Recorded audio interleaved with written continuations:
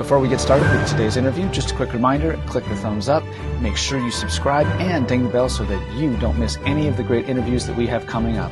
Now, on to today's interview.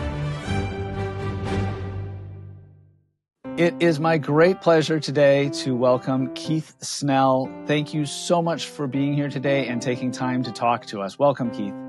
Thank you so much. It's really my pleasure. Great to be here, Sam. I would like to spend a little bit of time talking about your book, which is on the new festival bulletin, the book 3 Sonatinas. So I want to take a little time to talk about the first movement of your third sonatina.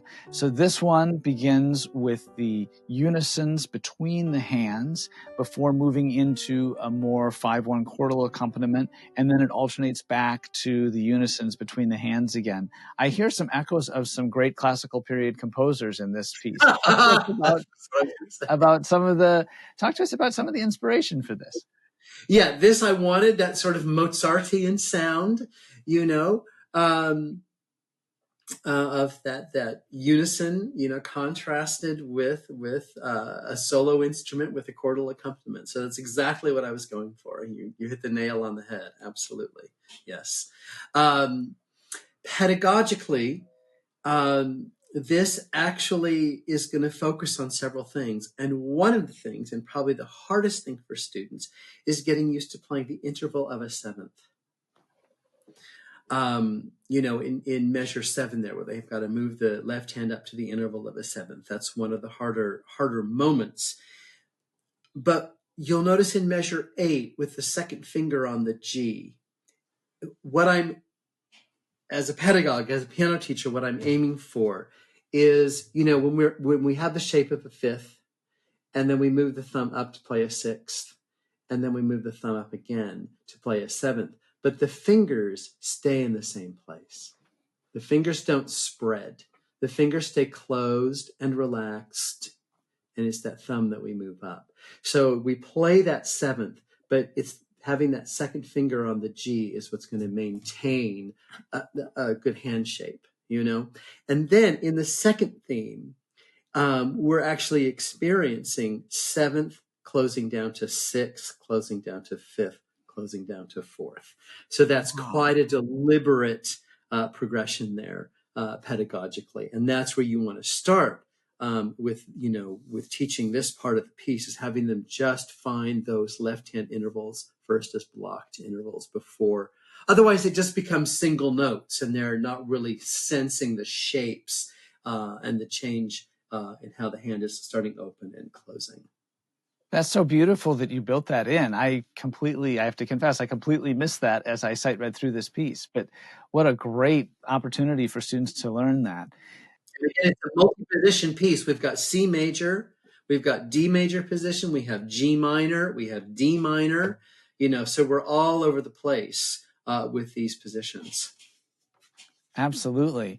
I love that you explore G minor in the development there a little bit. And before going back to D minor, it's such a cool piece. Talk to us a little bit about the touch that you want us to use in that final measure where we have those staccato chords, but we have pedal. Yeah, I know that can often be a confusing thing. So, and sometimes it's a hard thing to explain to students unless you really demonstrate it for them, that there is a particular sound that's created at the piano with a staccato touch in pedal. And it's something that we certainly don't find it in Mozart, no. We do find it even in Beethoven, but we certainly find it in all the Romantic composers, from Schubert to Chopin to Liszt. We find deliberately, and Debussy and Ravel, deliberately staccato markings with a pedal. And it's for a particular effect, a particular sound that is created.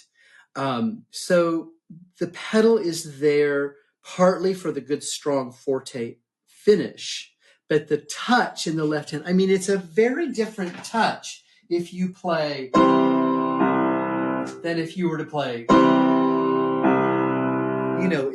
with just long, heavy sounds. It's a very different thing.